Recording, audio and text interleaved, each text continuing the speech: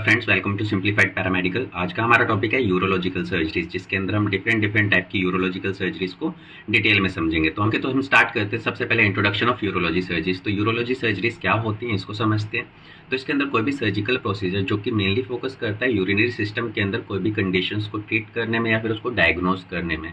इसके अलावा ये मेल रिप्रोडक्टिव सिस्टम से रिलेटेड इश्यूज़ को भी ट्रीट करने में हम यूरोलॉजी सर्जरीज का यूज़ करते हैं। ओके, इसके अलावा हमारे फोकस एरियाज़ क्या होंगे। इसके अंदर हमारे फोकस एरियाज़ होते हैं किडनी, जिसके ऊपर हम ये सर्जरी परफॉर्म करते हैं, ब्लैडर्स के ऊपर हम ये सर्जरी परफॉर्म करते हैं, देन यूरेटर के ऊपर हम सर्जरी परफॉर्म कर सकते हैं, यूरिथ्रा के ऊपर सर्जरी परफॉर्म कर सकते हैं। इसके अलावा प्रोस्टेट ग्लैंड के ऊपर भी हम यूरोलॉजी सर्जरीज को परफॉर्म कर सकते हैं। ओके, देन हमारे गोल्स क्या होते हैं इस टाइप की सर्जरीज को परफॉर्म करने के। तो इसके अंदर सबसे पहला हमारा गोल होता है कोई भी डिजीज़ को ट्रीट करना, जैसे कि किडनी के अंदर स्टोन बन जाता है या फिर हमारे प्रोस्टेट ग्लैंड के अंदर कैंसर हो जाता है, तो ऐसी कंडीशन को ट्रीट करने के लिए हम यूरोलॉजी सर्जरीज करवा सकते हैं।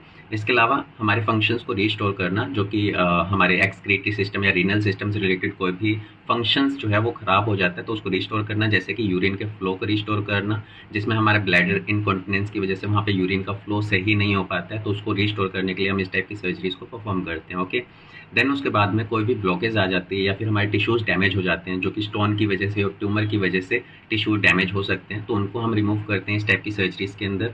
देन हमारे पास में इम्प्रूव रिप्रोडक्टिव हेल्थ, तो हम कुछ सर्जिकल प्रोसीजर्स का यूज़ करके, जैसे कि वेसेक्टमी और वेसेक्टमी रिवर्सल्स जैसी कंडीशंस की वजह से हम हमारी रिप्रोडक्टिव हेल्थ को भी इम्प्रूव कर सकते हैं। ओके, देन उसके अलावा enhance patient quality of life, इसके अंदर हम क्या करते हैं, हम पेशेंट की क्वालिटी लाइफ को इन्हेंस करने का काम करते हैं, उनकी कंडीशंस को ट्रीट करके वहाँ पे हम उनको रिलीफ दिलाने का काम करते हैं उनके सिम्टम्स से। इसके अलावा पेशेंट के अंदर इन्फेक्शंस होने के चांसेस को भी कम करते हैं इस टाइप की सर्जरीज को परफॉर्म करके। ओके, तो ये हमारी यूरोलॉजिकल सर्जरीज थी, जिसके अंदर हम किडनी, ब्लैडर, यूरेटर, यूरिथ्रा और प्रोस्टेट के ऊपर सर्जरीज परफॉर्म करते हैं, ताकि हम उनके डिजीज़ को ट्रीट कर पाएँ, फंक्शंस को रिस्टोर कर पाएँ, कोई भी ब्लॉकेज है उसको रिमूव कर पाएँ, रिप्रोडक्टिव हेल्थ को इम्प्रूव कर पाएँ, इसके अलावा पेशेंट की क्वालिटी को इन्हेंस कर पाएँ। ओके, हम स्टार्ट करते हैं। हमारे पास में टाइप्स ऑफ यूरोलॉजिकल सर्जरीज या फिर यूरोलॉजी सर्जरीज, कौन कौन सी टाइप की यूरोलॉजी सर्जरीज होती हैं।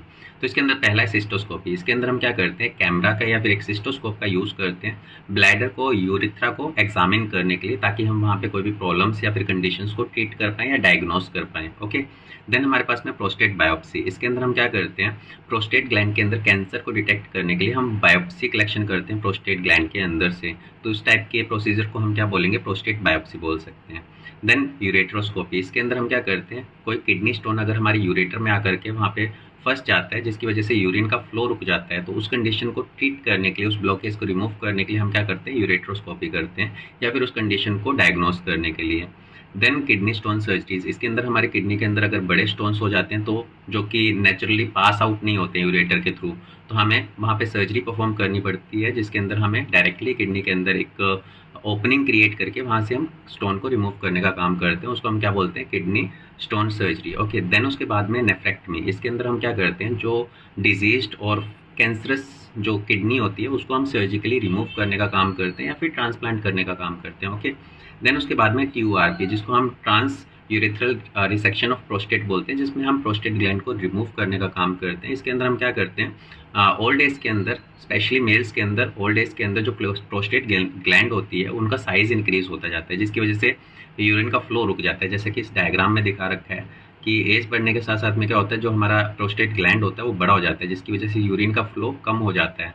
तो इस कंडीशन को ट्रीट करने के लिए हम क्या करते हैं, यहाँ पे TURP करते हैं, जिसमें हम क्या करते हैं, कुछ पार्ट जो होता है प्रोस्टेट ग्लैंड का उसको रिमूव कर देते हैं, ताकि रास्ता खुल जाए, अब यूरिन का फ्लो ईजिली हो पाएगा इसके बाद में। ठीक है, तो इस टाइप से हम ये सर्जरी परफॉर्म करते हैं, जिसको हम trans urethral resection of prostate बोलते हैं। Okay, then vasectomy. इसके अंदर हम क्या करते हैं, मेल स्टेरिलाइजेशन करते हैं, जिसके अंदर हम परमानेंट मेल स्टेरिलाइजेशन करते हैं, और इसके अंदर हम क्या करते हैं, वास्ट डिफरेंस को कट करके बैंडेज कर देते हैं, ताकि जो स्पर्म है वो आगे ना पहुंच पाए। ठीक है, देन उसके बाद में हमारे पास में सर्कमसिजन। इसके अंदर हम क्या करते हैं, जो पेनिस के ऊपर जो फोर स्किन होती है उसको हम रिमूव करने का काम करते हैं, ताकि वहाँ पे हाइजीन मेंटेन रहे। इसके अलावा कोई भी मेडिकल कंडीशन जो है उसको ट्रीट करने के लिए भी हम इस टाइप के सर्जिकल प्रोसीजर कर सकते हैं। Okay, then bladder sling surgeries. इसके अंदर हम क्या करते हैं, जो ब्लैडर से रिलेटेड इनकॉन्टिनेंस, जिसमें यूरिन लीक आउट होने लग जाता है, तो उस वैसी प्रॉब्लम्स को ट्रीट करने के लिए हम क्या करते हैं, ब्लैडर स्लिंग सर्जरीज करते हैं, जिसमें ब्लैडर लीक आउट होने लगता है और अपने आप से यूरिन जो है वो बाहर निकल जाता है कुछ कंडीशंस के अंदर। ओके, तो इस टाइप से हमारी अलग अलग टाइप की यूरोलॉजी सर्जरीज हो सकती हैं, जिसमें हम डिफरेंट डिफरेंट टाइप से सर्जिकल प्रोसीजर परफॉर्म करते हैं। ओके, अब हम देखते हैं यूरोलॉजिकल सर्जरीज एंड प्रोसीजर्स के क्लासिफिकेशन को। तो इसके अंदर हमारे पास में मेनली डायग्नोस्टिक प्रोसीजर्स हो सकते हैं, दूसरे किडनी एंड यूरेटर से रिलेटेड कोई भी प्रोसीजर्स हो सकते हैं, देन मेल रिप्रोडक्टिव से रिलेटेड कोई भी प्रोसीजर्स हो सकते हैं, और लास्ट में ब्लैडर एंड यूरिनरी इनकॉन्टिनेंस से रिलेटेड प्रोसीजर्स हो सकते हैं। तो यूरोलॉजी सर्जरीज को 4 मेन कैटेगरीज के अंदर हम डिवाइड कर सकते हैं, जिसमें हम डायग्नोस्टिक प्रोसीजर करेंगे, फिर हम किडनी और यूरेटर से रिलेटेड प्रोसीजर्स देखेंगे, देन मेल रिप्रोडक्टिव ऑर्गन से रिलेटेड प्रोसीजर्स को देखेंगे, और लास्ट में हम ब्लैडर से रिलेटेड प्रॉब्लम्स को डिस्कस करेंगे। ओके, तो इसके अंदर हम डायग्नोस्टिक प्रोसीजर्स की बात करें तो इसके अंदर हम सिस्टोस्कोपी कर सकते हैं, और सिस्टोस्कोपी के बाद में हम प्रोस्टेट बायोप्सी कर सकते हैं। किडनी एंड यूरेटर के अंदर हम यूरेट्रोस्कोपी कर सकते हैं और किडनी स्टोन सर्जरीज कर सकते हैं। इसके अलावा नेफ्रेक्टमी कर सकते हैं। मेल रिप्रोडक्टिव प्रोसीजर्स के अंदर हम TURP कर सकते हैं, वेसेक्टमी कर सकते हैं, वैजोवेसेक्टमी कर सकते हैं, या फिर इसको हम वेसेक्टमी रिवर्सल भी बोलते हैं। ओके, देन सर्कमसिजन्स कर सकते हैं। Bladder and urinary incontinence procedures के अंदर हम ब्लैडर स्लिंग सर्जरीज कर सकते हैं। ओके, देन हम बात करते हैं सिस्टोस्कोपी के अंदर जो हमारे डिफरेंट डिफरेंट टाइप के सर्जिकल प्रोसीजर्स होंगे। तो ये जो अभी हमने देखे थे इसमें ये 4 मेन कैटेगरीज हैं, और इनके अंदर हम कौन कौन से डायग्नोस्टिक प्रोसीजर्स होंगे वो ये दोनों हैं। वैसे ही हमारे किडनी और यूरेटर से रिलेटेड जो हम प्रोसीजर्स करेंगे उसमें मेन टाइप्स ये हैं। तो ये हमारे पास में टाइप्स हैं। अब इसके अंदर जो हम प्रोसीजर्स करने वाले हैं उसको हम देख रहे हैं। तो सिस्टोस्कोपी के अंदर हम डायग्नोस्टिक सिस्टोस्कोपी कर सकते हैं, थेराप्यूटिक सिस्टोस्कोपी कर सकते हैं, और बायोप्सी सिस्टोस्कोपी कर सकते हैं। ओके, देन प्रोस्टेट बायोप्सी के अंदर हम ट्रांसरेक्टल बायोप्सी कर सकते हैं, ट्रांसपेरिनियल बायोप्सी कर सकते हैं, और MRI गाइडेड बायोप्सी कर सकते हैं। ओके, अब हम यूरेट्रोस्कोपी की बात करें तो यहाँ पे हम डायग्नोस्टिक यूरेट्रोस्कोपी कर सकते हैं, लेज़र लिथोट्रिप्सी कर सकते हैं, और यूरेट्रल स्टंट प्लेसमेंट भी कर सकते हैं।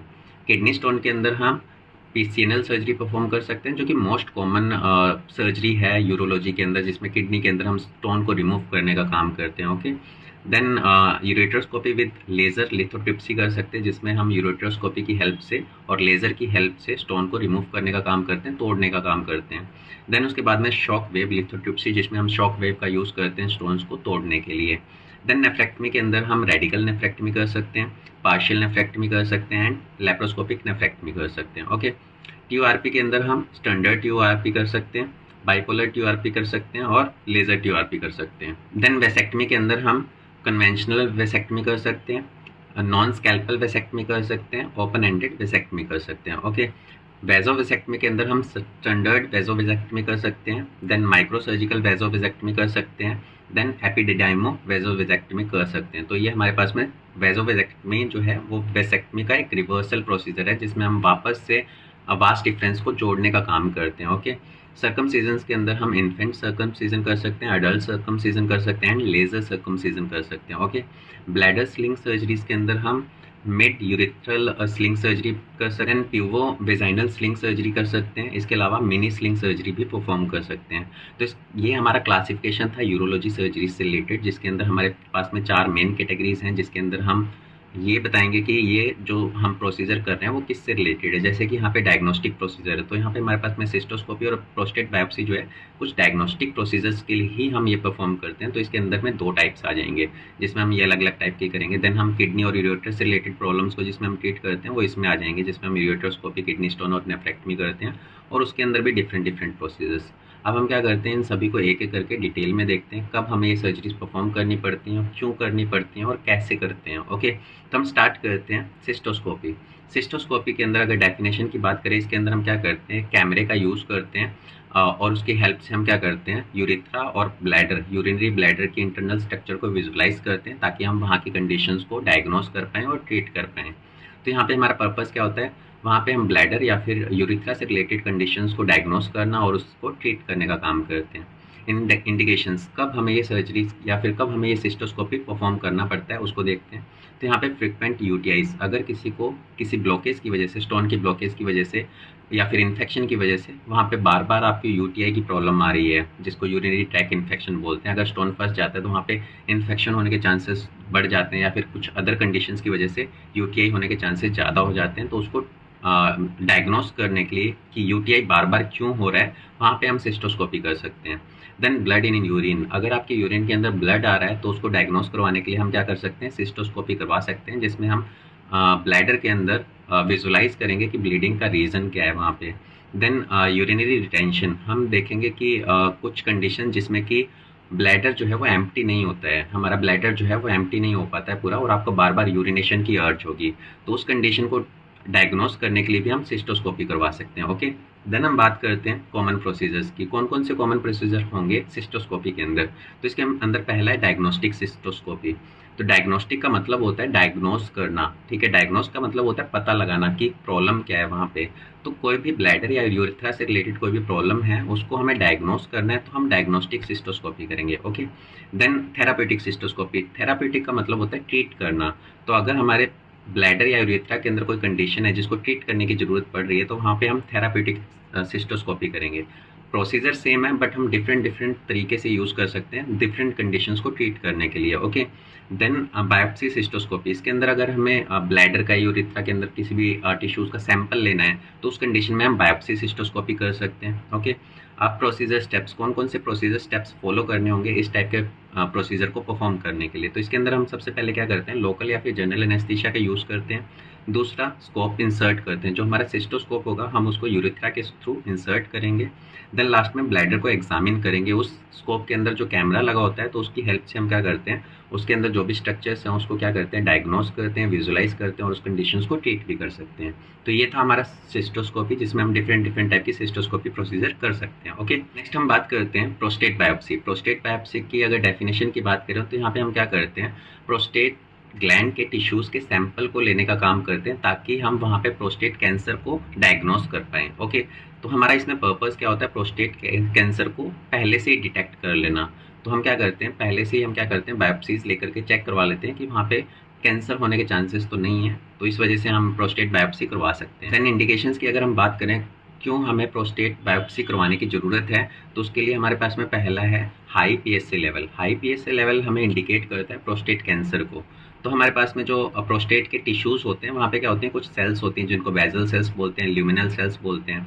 ये ल्यूमिनल सेल्स क्या करते हैं, कुछ कंपाउंड को सिक्रीट करते हैं जिसको हम पीएसए बोलते हैं, और ये नॉर्मल लेवल पे होता है, तो हमारा प्रोस्टेट नॉर्मल कंडीशन में होता है। बट अगर हमारे प्रोस्टेट के अंदर इन्हीं सेल्स का कोई ट्यूमर बन जाए, मान लो इसमें से कोई एक सेल जो है वो ट्यूमर सेल्स के अंदर कन्वर्ट हो जाती है, तो इस पीएसए जो एलिमेंट है इसका प्रोडक्शन जो है वो ज़्यादा हो जाता है, जिसकी वजह से आपके ब्लड के अंदर जो पीएसए का लेवल होगा वो इंक्रीज़ हो जाएगा। ठीक है, अगर पीएसए का लेवल हाई आ रहा है तो वहाँ पे चांसेस हैं प्रोस्टेट कैंसर होने के।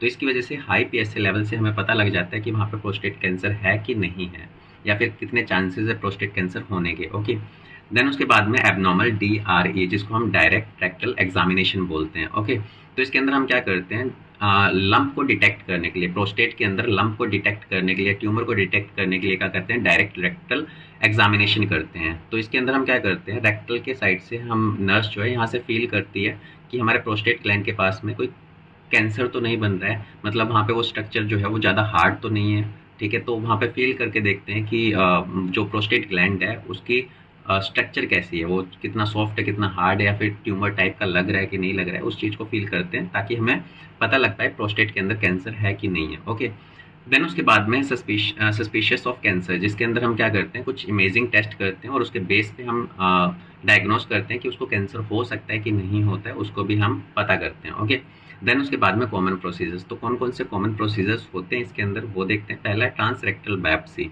इसके अंदर हम क्या करते हैं, रेक्टम के थ्रू एक निडल को इंसर्ट करते हैं हमारे प्रोस्टेट ग्लैंड की बायोप्सी लेने के लिए। तो हम रेक्टम की साइड से क्या करते हैं, एक निडल को इंसर्ट करते हैं और इसकी हेल्प से क्या करते हैं, ये प्रोस्टेट ग्लैंड से बायोप्सी को या टिश्यू सैंपल को कलेक्ट करने का काम करते हैं। इसको हम क्या बोलते हैं, ट्रांसरेक्टल बायोप्सी, क्योंकि हम यहाँ पे रेक्टल साइड के अंदर बायोप्सी गन को डाल करके वहाँ से टिश्यूज़ के सैंपल को कलेक्ट करने का काम करते हैं। ओके, देन हमारे पास में ट्रांसपेरिनियल बायोप्सी। इसके अंदर हम क्या करते हैं, needle through the skin between the scrotum and anus, हम क्या करते हैं, स्क्रोटम और एनस के बीच में से निडल को डालते हैं और प्रोस्टेट की बायोप्सी कलेक्ट करने का काम करते हैं। इसको हम क्या बोलते हैं, ट्रांसपेरिनियल बायोप्सी बोलते हैं। Okay, then MRI guided biopsies. इसके अंदर हम क्या करते हैं, MRI का यूज़ करते हैं वहाँ पे जो प्रोस्टेट ग्लैंड है उसके अंदर कोई भी एबनॉर्मल कंडीशंस को पता करने के लिए, जैसे कि कैंसर कंडीशन को पता करने के लिए हम एमआरआई का यूज़ करते हैं, जिससे हमें डायग्नोस कर पाते हैं कि वहाँ पे कैंसर है कि नहीं है या ट्यूमर है कि नहीं है। ओके, देन उसके बाद में हमारे पास में प्रोसीजर स्टेप्स। तो इस टाइप के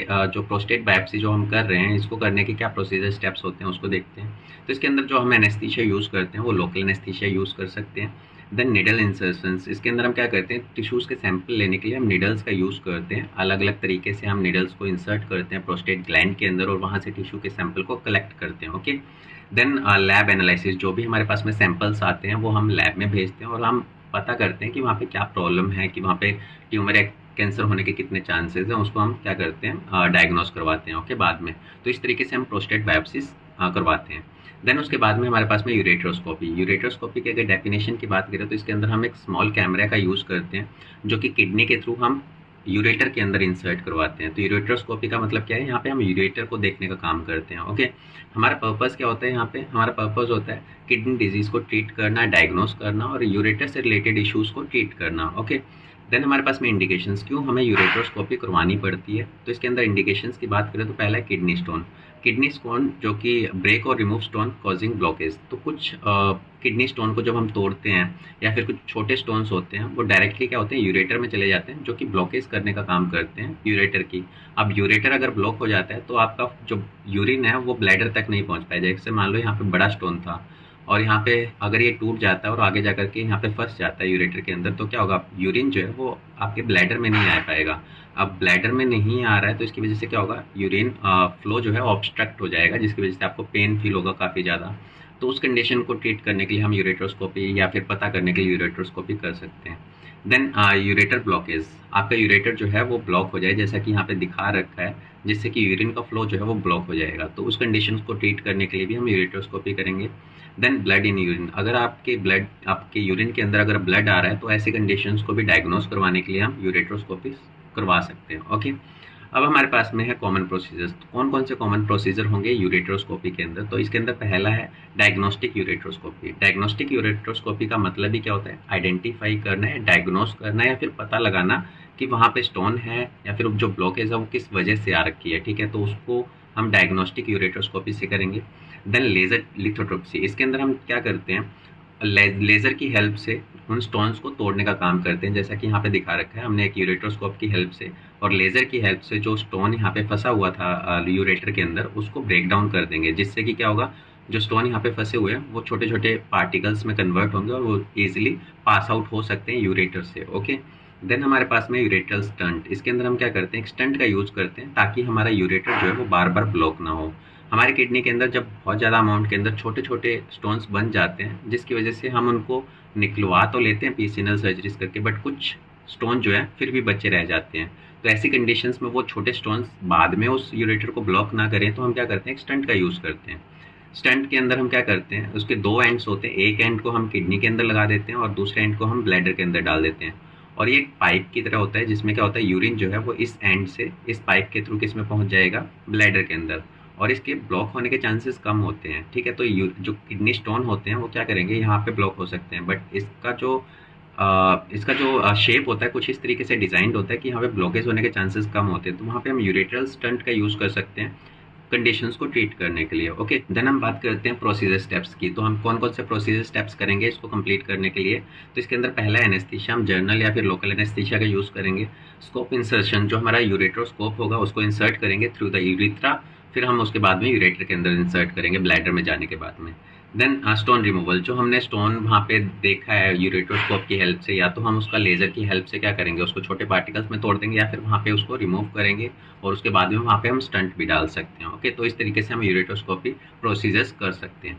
देन हम बात करते हैं किडनी स्टोन रिमूवल, जिसको हम परक्यूटेनियस नेफ्रोलिथोटमी बोलते हैं, PCNL, परक्यूटेनियस नेफ्रोलिथोटमी, जिसको हम PCNL बोल रहे हैं ना, वहाँ पे PC, यहाँ पे C वाला ये हो जाएगा, N का मतलब ये है और L का मतलब लिथोटमी है। ठीक है, तो PCNL, इसी वजह से इसको क्या बोलते हैं, PCNL सर्जरीज भी बोलते हैं।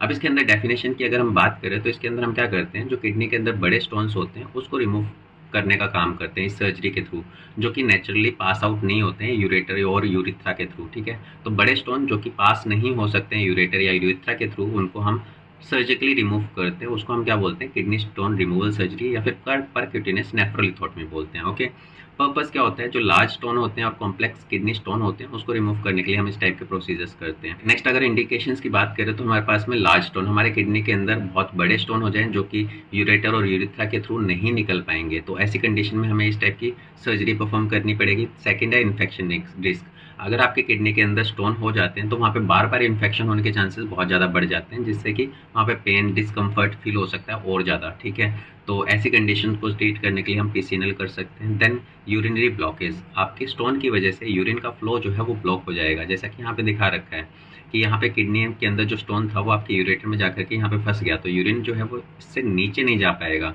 जिससे कि आपको वहाँ पे पेन फील होगा, डिस्कम्फर्ट फील होगा बहुत ज़्यादा।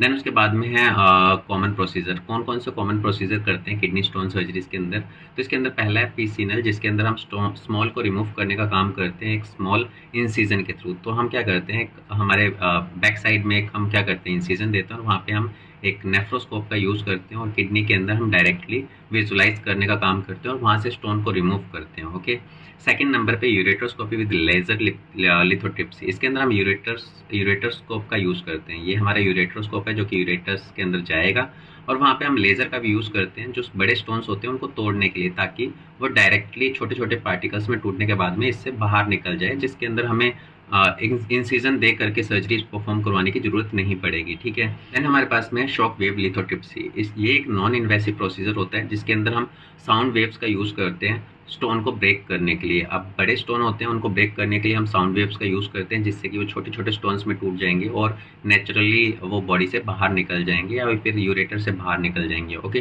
तो इसको हम क्या बोलेंगे, शॉक वेव लिथोट्रिप्सी बोलेंगे। अब हमारे पास में प्रोसीजर स्टेप्स, इनको करने के लिए हमें कौन कौन से स्टेप्स को फॉलो करना पड़ेगा, तो इसके अंदर हम एनेस्थीसिया जनरल यूज़ कर सकते हैं। इंसिजन, इसके अंदर हम एक स्मॉल इंसिजन देंगे हमारे बैक साइड के अंदर ताकि हम किडनी को एक्सेस कर पाएँ, तब जब हमें पीसीएनएल करना हो तब। देन उसके बाद में स्टोन रिमूवल, हम हमारे जो स्टोन होते हैं उनको ब्रेक करते हैं पहले, क्योंकि बड़े स्टोन होंगे तो उनको पहले ब्रेक करेंगे देन बाहर निकालेंगे। ओके, देन क्लोजर, जो भी हमने इंसिजन दिया उसको वापस से क्लोज कर देंगे। ओके, तो इस तरीके से हम किडनी स्टोन को रिमूव कर सकते हैं अलग अलग तरीके से। इसमें जो मोस्ट कॉमन है वो क्या है, पीसीएनएल, जो इसमें हम एक इंसिजन का यूज़ करते हैं किडनी के अंदर विजुलाइज करने के लिए, वहाँ से स्टोन को रिमूव करने के लिए। ओके, अब हम बात करते हैं नेफ्रेक्टमी। नेफ्रेक्टमी का क्या मतलब होता है, नेफ्रेक्टमी का मतलब होता है हम किडनी को रिमूव करते हैं सर्जिकली किडनी को जब हम रिमूव करेंगे उसको हम क्या बोलेंगे, नेफ्रेक्टमी। ओके, हमारा पर्पस क्या होता है इसके अंदर, जो किडनी डिजीज किडनी होती है या फिर कैंसरस किडनी होती है उसको रिमूव करने के लिए हम इसका यूज़ करते हैं, ऐसी कंडीशंस को ट्रीट करने के लिए हम इसका यूज़ करते हैं। इंडिकेशंस, कब हमें ये सर्जरीज परफॉर्म करनी पड़ती है, तो इसके अंदर पहला किडनी कैंसर्स, जब किडनी के अंदर कैंसर हो जाता है और मेडिकली वो ट्रीट नहीं हो पाता है तो ऐसी कंडीशन में हमें किडनी को रिमूव करवाना पड़ता है, तो उसको हम क्या बोलेंगे, नेफ्रेक्टमी बोलेंगे। देन उसके बाद में सीवियर डैमेज, किसी भी ट्रॉमा की वजह से और डिजीज़ की वजह से आपका किडनी जो है वो सीवियरली डैमेज हो जाए, जिसको हमें रिमूव करवाना ही पड़ता है। जैसे कि इसमें पॉलीसिस्टिक किडनी डिजीज़ दिखा रखा है, एक डिजीज कंडीशन है जिसमें आपकी सिस्ट जो आपकी किडनी है उसमें बहुत सारे सिस्ट बन जाएंगे। ओके, देन उसके बाद में किडनी डोनेशन, अगर आपको किडनी डोनेट करनी है तो उस कंडीशन में भी नेफ्रेक्टमी करवा सकते हैं। ओके, देन उसके बाद में हमारे पास में कॉमन प्रोसीजर्स, तो कॉमन प्रोसीजर्स कौन कौन से होंगे, इसके अंदर पहला है रेडिकल नेफ्रेक्टमी। इसके अंदर हम पूरी की पूरी किडनी को रिमूव कर देते हैं, जिसमें हम इसके रेनल आर्टरी, रेनल वेन और यूरेटर जो है उसको क्लैम्प कर देते हैं और रिमूव कर देते हैं वहाँ से। ओके, देन पार्शियल नेफ्रेक्टमी, इसके अंदर हम क्या करते हैं, सिर्फ डिजीज्ड एरिया, जो डिजीज पोर्शन होगा किडनी का, सिर्फ उसी को रिमूव करते हैं। जैसे कि यहाँ पे ट्यूमर बना हुआ है, ये बेनाइन टाइप का है, तो इसको क्या करते हैं, जो जिस एरिया में ट्यूमर है उसको कट करते हैं और रिमूव कर देते हैं और बाकी के बचे हुए एरिया को हम वापस से स्टिच बैक कर देते हैं।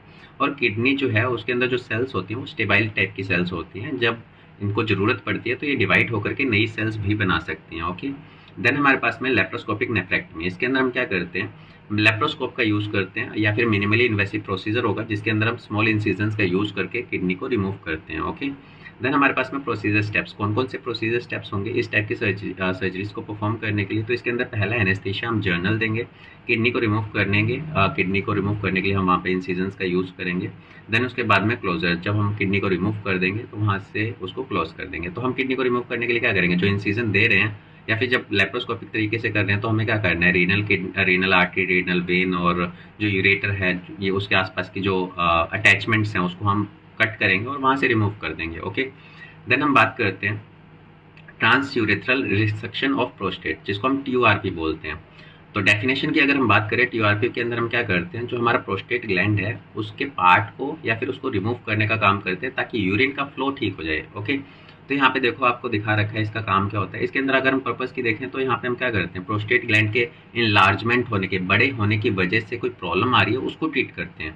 तो एज के साथ में जब प्रोस्टेट ग्लैंड बढ़ती है तो हमारा यूरिथ्रा जो है वो उसको वो दबाने लगता है, प्रेस करने लगता है, जिसकी वजह से यूरिन के फ्लो के अंदर प्रॉब्लम आ जाती है। जैसे कि यहाँ पे देखो, यहाँ पे जो प्रोस्टेट ग्लैंड है वो बड़ा हो गया, जिसकी वजह से यूरिन का फ्लो जो है वो अच्छे से नहीं हो पा रहा है, इनकॉन्टिनेंस तरीके से हो रहा है। तो इस कंडीशन को ट्रीट करने के लिए हम क्या करते हैं, जो यहाँ पे कुछ पोर्शन होता है प्रोस्टेट ग्लैंड का उसको रिमूव कर देते हैं ताकि यहाँ पे इसको एरिया मिल पाए यूरिन के बाहर निकलने के लिए। अब क्या होगा कि जब हमने कुछ एरिया रिमूव कर दिया तो यूरिन जो है वो ईजिली पास आउट हो सकता है सर्जरी के बाद में। ओके, तो इसको हम क्या बोलते हैं, TURP बोलते हैं। देन इंडिकेशंस कब हमें सर्जरी परफॉर्म करने की जरूरत पड़ेगी। पहला है डिफिकल्टी यूरिनेटिंग। अगर आपको लग रहा है कि आपको डिफिकल्टी हो रही है यूरिनेट करने में तो वहाँ पे आप ये सर्जरी परफॉर्म कर सकते हो, जिससे कि प्रोस्टेट की वजह से वहाँ पे ब्लॉकेज क्रिएट हो रही हो।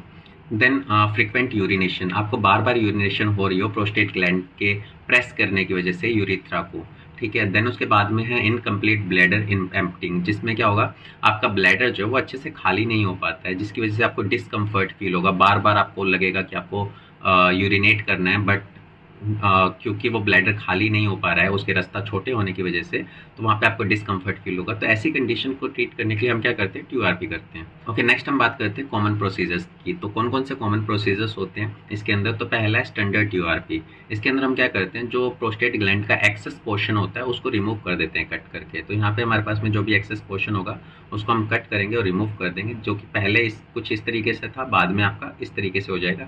यहाँ से यूरिन का निकलना पॉसिबल नहीं है, बट यहाँ पे यूरिन पास आउट हो सकता है। ओके, तो इसको हम क्या बोलेंगे, स्टैंडर्ड TURP बोलेंगे। देन बाइपोलर TURP, इसके अंदर हम क्या करते हैं, स्पेशल करंट का यूज़ करते हैं, ठीक है, करंट का यूज़ करते हैं वहाँ से जो प्रोस्टेट ग्लैंड के अंदर जो टिश्यूज़ होंगे, जो एक्स्ट्रा टिश्यूज़ होंगे उनको रिमूव करने के लिए। इसको हम क्या बोलेंगे, बाइपोलर TURP बोलेंगे, जिसमें हम करंट का यूज़ करेंगे टिश्यूज़ को रिमूव करने के लिए। देन हम बात करते हैं लेज़र TURP। इसके अंदर हम क्या करते हैं, लेज़र का यूज़ करते हैं प्रोस्टेट ग्लैंड को ट्रीट करने के लिए, जिसमें क्या होता है, प्रोस्टेट जो है वो श्रिंक हो जाता है, छोटा हो जाता है। अब छोटा हो जाएगा तो यूरिन का फ्लो वापस से नॉर्मल हो जाएगा। तो लेज़र TURP के अंदर ये टिश्यूज़ को रिमूव नहीं करते हैं हम, लेज़र की वजह से हम टिश्यूज़ के साइज़ को छोटा कर देते हैं वहाँ पे, जिससे कि वापस से यूरिन जो है वो नॉर्मल फ्लो में आ सकता है। देन उसके बाद में प्रोसीजर स्टेप्स क्या क्या हम इसके अंदर करते हैं वो देखते हैं। इसके अंदर पहला एनेस्थीसिया, हम जर्नल या स्पाइनल का यूज़ कर सकते हैं। स्कोप इंसर्शन, जो हमारा रिसेक्टोस्कोप है उसको इंसर्ट करते हैं यूरिथ्रा के अंदर, तो जो कि रिसेक्शन का काम करता है। रिसेक्शन का मतलब होता है टिश्यूज़ को कट करना और रिमूव करना, इसको हम क्या बोलते हैं, रिसेक्शन बोलते हैं। तो रिसेक्टोस्कोप का मतलब क्या होगा, ऐसा स्कोप जो कि वहाँ पे उस प्रोस्टेट ग्लैंड के पोर्शन को कट करे और रिमूव कर दे। देन प्रोस्टेट टिश्यू रिमूवल, जो एक्सेस टिश्यू होगा प्रोस्टेट ग्लैंड का उसको हम बाहर निकाल देंगे। ओके, तो इस तरीके से हम TURP सर्जरीज परफॉर्म कर सकते हैं। ओके, अब हम बात करते हैं वेसेक्टमी के अंदर। तो वेसेक्टमी जो है उसकी अगर डेफिनेशन की बात करें तो एक सिंपल सा सर्जिकल प्रोसीजर होता है जिसमें हम मेल स्टेरिलाइजेशन क्रिएट करते हैं, वास्ट डिफरेंस को कट करके उनको ब्लॉक कर देना होता है इसके अंदर। इसका पर्पस क्या होता है, इसके अंदर परमानेंट बर्थ कंट्रोल जो है वो प्रोवाइड कर सकते हैं, ठीक है। अगर हम वास्ट डिफरेंस को कट करके ब्लॉक कर देते हैं तो वहाँ पे स्पर्म जो है वो आगे नहीं जा पाएंगे, जिससे कि वहाँ पे चाइल्ड बर्थ होने के चांसेस खत्म हो जाएंगे। इस वजह से हम उसको परमानेंट बर्थ कंट्रोल प्रोवाइड करवा सकते हैं। देन इंडिकेशंस, कौन कौन से इंडिकेशंस में वेसेक्टमी परफॉर्म करवा सकते हैं। तो इसके अंदर पहला परमानेंट कॉन्ट्रासेप्शंस, ऐसा कोई आदमी जो इसको फ्यूचर के अंदर बच्चे नहीं चाहिए होते हैं तो वहाँ पे आप इस टाइप की सर्जरीज परफॉर्म करवा सकते हो। सेकंड नंबर पे फैमिली प्लानिंग, जब कपल्स डिसाइड कर लेते हैं उनको कितने बच्चे चाहिए फ्यूचर के अंदर और उसके बाद में नहीं चाहिए, देन उस केस में भी इस टाइप के सर्जिकल प्रोसीजर करवा सकते हैं। देन हेल्थ इश्यूज़, हम क्या करते हैं, प्रेगनेंसीज को अवॉइड करना चाहते हैं कुछ मेडिकल कंसर्न की वजह से, तो वहाँ पे हम वेसेक्टमी सर्जरी परफॉर्म कर सकते हैं ताकि वहाँ पे प्रेगनेंसी जो अवॉइड कर पाएँ और कोई भी मेडिकल प्रॉब्लम ना आए उनको। ओके, देन कॉमन प्रोसीजर्स, तो कॉमन प्रोसीजर्स कौन कौन से होंगे इसके अंदर। तो पहला इसके अंदर कन्वेंशनल वेसेक्टमी, इसके अंदर हम क्या करते हैं, स्मॉल कट्स का यूज़ करते हैं और कट लगाने के बाद में वास्ट डिफरेंस को कट लगाते हैं और उसको ब्लॉक कर देते हैं, बाइंड कर देते हैं, इसको हम कन्वेंशनल वेसेक्टमी बोलते हैं। देन हम बात करते हैं नॉन स्कैल्पल वेसेक्टमी, ये एक लेस इन्वेसिव प्रोसीजर होगा। इसके अंदर हम वास्ट डिफरेंस को फिक्स कर देते हैं एक रिंग का यूज़ करके, रिंग फोर्सेप्स का यूज़ करके। ओके, देन हमारे पास में ओपन एंडेड वेसेक्टमी, इसके अंदर हम क्या करते हैं, वास्ट डिफरेंस के एक एंड को कट करके, एक एंड को तो हम टाई कर देते हैं, दूसरे एंड को हम ओपन रहने देते हैं, जिसके अंदर ये दिखा रखा है कि हमने वास्ट डिफरेंस को कट किया, ऊपर वाले एंड को क्या किया हमने टाई कर दिया, बट नीचे वाले एंड को ओपन रहने दिया। इसको हम क्या बोलते हैं, ओपन एंडेड वेसेक्टमी बोलते हैं। ओके, देन हमारे पास में प्रोसीजर स्टेप्स। तो कौन कौन से प्रोसीजर स्टेप होंगे इसके अंदर? तो पहला है लोकल एनेस्थीसिया का हम यूज़ करेंगे, दूसरा वास्ट डिफरेंस को कट करेंगे इसके अंदर, जिससे कि स्पर्म जो है वो आगे ना जा पाए। देन उसके बाद में क्लोजर, तो हम कट करने के बाद में उनको सील कर देंगे। तो हम क्या करते हैं, यहाँ पे जो हमारे स्किन की लेयर होती है जो स्क्रोटम के पास में, वहाँ पे कट लगाते हैं। जो हमारा वास्ट डिफरेंस होता है उसको बाहर निकालते हैं, कट करते हैं और दोनों साइड को टाई कर देते हैं और वापस से अंदर डाल देंगे और वहाँ पे स्टिच बैक कर देंगे। सिंपल सा प्रोसीजर होता है ये, ठीक है। तो इसको हम क्या बोलेंगे, वेसेक्टमी बोलेंगे। अब हम बात करते हैं नेक्स्ट वैसोवेसेक्टमी। इसको हम वेसेक्टमी रिवर्सल चाहिए होते हैं, मतलब वेसेक्टमी होने के बाद में जिसमें हमने वास्ट डिफरेंस को कट किया था, हम अब इस कंडीशन में उसको वापस से जोड़ सकते हैं अगर किसी को फैमिली प्लानिंग की ज़रूरत पड़ती है बाद में। तो इसके अंदर डेफिनेशन की बात करें तो वैसोवेसेक्टमी जो है उसमें हम रिकनेक्ट करते हैं वास्ट डिफरेंस को वापस से। ओके, देन इसका पर्पस क्या होता है, हम फर्टिलिटी को रीस्टोर करने का काम करते हैं इसके अंदर वेसेक्टमी करने के बाद में। तो वेसेक्टमी होने के बाद में वापस से अगर आपको फर्टिलिटी चाहिए तो उस कंडीशन में आप वैसोवेसेक्टमी करवा सकते हो। ओके, देन इंडिकेशंस, क्या इंडिकेशंस होते हैं इसके अंदर? पहला है डिज़ायर फॉर चिल्ड्रंस। तो आप पहले आपको बच्चे नहीं चाहिए थे बट अभी आपको चाहिए, तो उस कंडीशन में आप ये प्रोसीजर करवा सकते हो। देन न्यू रिलेशनशिप, अगर आपके सर्कमस्टेंसेस चेंज होते हैं और आपकी फैमिली प्लानिंग चेंज हो जाती है तो उस कंडीशन में आप वैसोवेसेक्टमी करवा सकते हो बाद में। देन पोस्ट वेसेक्टमी पेन, अगर आप वेसेक्टमी करवाने के बाद में अगर आपको पेन फील होता है तो वहाँ पे आप पोस्ट वेसेक्टमी पेन की वजह से आप वैसोवेसेक्टमी करवा सकते हो, जिसमें हम वापस से उनको कनेक्ट कर देंगे। ओके, देन कॉमन प्रोसीजर, कौन कौन से कॉमन प्रोसीजर होंगे इसके अंदर? पहला स्टैंडर्ड वेसेक्टमी, इसमें हम क्या करते हैं, वास्ट डिफरेंस को रिकनेक्ट करने का काम करते हैं, जो कि इसमें दिखा रखा है। जो हमारे कट हुए थे इनको हमने क्या किया, वापस से स्टिच बैक कर दिया, जिससे कि अब स्पर्म जो है वो वापस से आगे जा सकते हैं। देन माइक्रो सर्जिकल वेसेक्टमी, इसके अंदर हम क्या करते हैं, माइक्रोस्कोप का यूज़ करते हैं ताकि वो जो सर्जिकल प्रोसीजर हो वो बहुत अच्छे से हो जाए, वहाँ पे कोई प्रॉब्लम ना आए, लीकेज ना हो वहाँ पे। तो हम वहाँ पे माइक्रो सर्जिकल वेसेक्टमी भी कर सकते हैं, वैसोवेसेक्टमी कर सकते हैं। देन एपिडिडेमो वैसोवेसेक्टमी, इसके अंदर हम क्या करते हैं, एक बाईपास क्रिएट कर देते हैं, जिसमें कि हम क्या करते हैं, वास्ट डिफरेंस को डायरेक्टली पहले वाले एंड से कनेक्ट नहीं करते, इसको डायरेक्टली हम किसके साथ कनेक्ट कर देते हैं, एपिडिडाइमस के साथ में। तो इस वजह से इसका नाम क्या है, एपिडिडाइमो वैसोवेसेक्टमी बोलते हैं इसके अंदर। तो इसके अंदर जो कटेड पोर्शंस होते हैं उनको आपस में कनेक्ट नहीं करके डायरेक्टली एक पोर्शन को एपिडिडाइमस के साथ में कनेक्ट कर देते हैं। ओके, देन हमारे पास में प्रोसीजर स्टेप्स, कौन कौन से प्रोसीजर स्टेप्स होते हैं इसके अंदर? तो पहला इसके अंदर एनेस्थीसिया हम लोकल और जनरल का यूज़ करेंगे। देन रिकनेक्शन, हम वास्ट डिफरेंस को वापस से रिकनेक्ट करते हैं। ओके, रिकवरी, तो इसको थोड़ा टाइम लगता है वापस से रिकवर होने के अंदर। ओके, अब हम बात करते हैं सर्कमसीजन्स की। तो सर्कमसीजन्स क्या होते हैं, इसके अंदर हम क्या करते हैं, जो पीनस होता है उसके फोर स्किन को रिमूव करने का काम करते हैं। ओके, और इसका पर्पस क्या होता है, हम वहाँ पे जो पीनस की हाइजीन होती है और वहाँ पे कोई भी मेडिकल इश्यूज आते हैं उस कंडीशन को ट्रीट करने के लिए हम सर्कमसीजन करते हैं। ओके, देन इंडिकेशंस, कब हमें ये सर्जरी परफॉर्म करनी पड़ेगी? तो इसके अंदर पहला है रिलीजियस और कल्चरल रीजंस। तो मुस्लिम्स के अंदर, मुस्लिम कल्चर्स के अंदर रिलीजियस माना जाता है इस टाइप के प्रोसीजर्स को करवाना, तो वहाँ पे सर्कमसीजन्स परफॉर्म होता है। देन मेडिकल कंडीशंस, कुछ मेडिकल कंडीशंस को ट्रीट करने के लिए भी हम सर्कमसीजन करवा सकते हैं, जैसे कि फाइमोसिस या फिर पैराफाइमोसिस, जिसके अंदर क्या होता है, जो आपकी फोर स्किन होती है वो ग्लांस को कवर कर लेती है, जिससे कि वहाँ पे इन्फेक्शन होने के चांसेस बहुत ज़्यादा बढ़ जाते हैं। तो इस कंडीशन को ट्रीट करने के लिए भी हम सर्कमसीजन करवा सकते हैं। देन हाइजीन इशू, तो क्योंकि अब फोर स्किन ऊपर है तो वहाँ पे इन्फेक्शियस एजेंट होने के चांसेस ज़्यादा होते हैं, वहाँ पे वो ईजिली ग्रो कर पाते हैं, तो इन्फेक्शन बहुत जल्दी हो सकता है ऐसी कंडीशन में। तो वहाँ पे उस कंडीशन को ट्रीट करने के लिए हम सर्कमसीजन करवा सकते हैं। देन कॉमन प्रोसीजर, कौन कौन से कॉमन प्रोसीजर होंगे इसके अंदर? तो पहला इसके अंदर इन्फेंट सर्कमसीजन्स, जो न्यू बॉर्न बेबीज़ होते हैं तो उन्हीं के अंदर कुछ इस टाइप के सर्कमसीजन प्रोसीजर करवा देते हैं ताकि बाद में प्रॉब्लम ना आए। तो यहाँ पे फोर स्किन को क्या करते हैं, हम कट करते हैं और डोर्सल वाली साइड के अंदर एक कट लगाते हैं और इसको नीचे करके वापस से कट कर देते हैं पूरा साइड से, ठीक है। और जो फ्रेनुलम होता है उसको भी वहाँ से, ताकि अटैचमेंट जो है वो ख़त्म हो जाए। ओके, देन उसके बाद में है अडल्ट सर्कमसीजन। अडल्ट सर्कमसीजन के अंदर हम क्या करते हैं, फॉर मेडिकल और पर्सनल रीजंस की वजह से हमें करना पड़ता है। अगर कोई अडल्ट के अंदर किसी को मेडिकल और पर्सनल रीजन के अंदर कोई प्रॉब्लम आ रही है तो वहाँ पे इस टाइप के प्रोसीजर कर सकते हैं। देन लेज़र सर्कमसीजन, इसके अंदर हम क्या करते हैं, सर्कमसीजन करने के लिए लेज़र का यूज़ करते हैं, जो कि काफ़ी ईजी हो जाता है और वहाँ पर प्रॉब्लम ज़्यादा नहीं आती हैं। देन उसके बाद में है प्रोसीजर स्टेप्स। तो क्या प्रोसीजर स्टेप्स होंगे, एनेस्थीसिया हम लोकल और जनरल एनेस्थीसिया का यूज़ कर सकते हैं। इसमें फोर स्किन को हम कट करते हैं और रिमूव कर देते हैं वहाँ पे, और हीलिंग के लिए हम वहाँ पे स्टिच लगा देते हैं और बाद में उसको नेचुरली हील होने देते हैं। ओके, तो इस तरीके से हम सर्कमसिजन प्रोसीजर परफॉर्म करते हैं। ओके, नेक्स्ट हम बात करते हैं bladder sling surgery. Bladder sling surgery के अंदर अगर डेफिनेशन की बात करें तो इसके अंदर हम ब्लैडर स्लिंग सर्जरी जो है वो ट्रीट करता है यूरिनरी स्ट्रेस के इनकॉन्टिनेंस को। मतलब हमारे यूरिनरी ब्लैडर के ऊपर जब स्ट्रेस आता है या फिर वो वीक हो जाता है तो उस कंडीशन में यूरिन का फ्लो जो है वो इनकंटिनेंस हो जाता है, एबनॉर्मल हो जाता है, लीकेज होने की वजह से बार बार लीकेज हो जाती है वहाँ पे एक तरीके से। पर्पस क्या होता है, हम इस लीकेज को रोकने के लिए उस ब्लैडर को सपोर्ट प्रोवाइड करते हैं क्योंकि वो वीक हो चुका है। तो वीक ब्लैडर को हम सपोर्ट करते हैं या फिर किसी और कंडीशन को सपोर्ट करते हैं जिससे कि वहाँ पे यूरिन का लीकेज ना हो। तो इसको ट्रीट करने के लिए हम ब्लैडर स्लिंग सर्जरी करते हैं। स्लिंग का मतलब होता है टेप का यूज़ करते हैं जो कि वहाँ पे लीकेज को रोकेगा। ओके, इंडिकेशंस कब आपको ये सर्जरी परफॉर्म करनी पड़ेगी, तो इसके अंदर पहला स्ट्रेस इनकंटिनेंस, जो भी कॉज है लीकेज का हम उसको क्या करते हैं, रिमूव करते हैं। जैसे कई बार कॉज जो है वो लाफिंग और एक्सरसाइजिंग, ज़्यादा एक्सरसाइज और लाफ करने से भी वहाँ पे स्ट्रेस पड़ता है आपके यूरिन ब्लैडर के ऊपर, जिसकी वजह से वहाँ पे यूरिन का लीकेज हो सकता है।